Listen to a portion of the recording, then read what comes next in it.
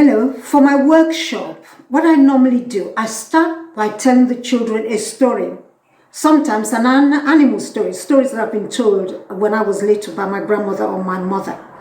And then, because I like in my workshop for children to interact with me and bring their own ideas about how they think the story will end. So I don't finish a story. I just start it and I stop in the middle. And I can see them, all the hands going up, and they can bring their own idea of how they think the story should end. And they could even write about theirs. So before they know it, they're already writing. So for my workshop, as well as doing that, after I finish telling stories, I tend to show them my pad. I know you can't see very much from this because of the light, you can see, but I tend to write down very quickly what my ideas are, and then I go on the computer and then I write them down, but you can see some mistakes. You can see some mistakes because I struggle too with writing. Yes, and perhaps because I'm so impatient, I want to tell the story. And of course, I stumble on the sentences and they're clumsy and someone may not understand what I'm talking about. So I go over it with a pencil and rubber and things like that to correct some of the mistakes. So, and also to tell them that it's a process. It takes ages.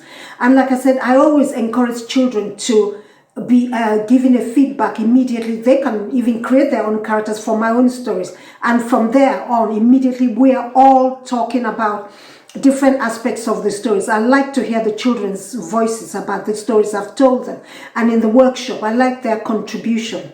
Otherwise, it wouldn't make sense for me to keep talking about my own work. Anyway, so what I do, like I said, I will do the workshop according to the age groups. For instance, if they're little, I tell them a story, get them to illustrate the characters they like in the story and to read my books. And if they're older children, maybe year 4, year 3 upwards, I would will start with a story and let them finish the ending of it. And also, if some children are struggling, I always encourage them to illustrate their story, because they could use the illustrations to describe what is going on in the story. As long as the child writes, even if it's one sentence, because I know they will go on to write more rather than not write. If they're struggling with writing, why don't they do illustrations? Because as a photographer as well, I think visually, I think using images first when I'm creating a story.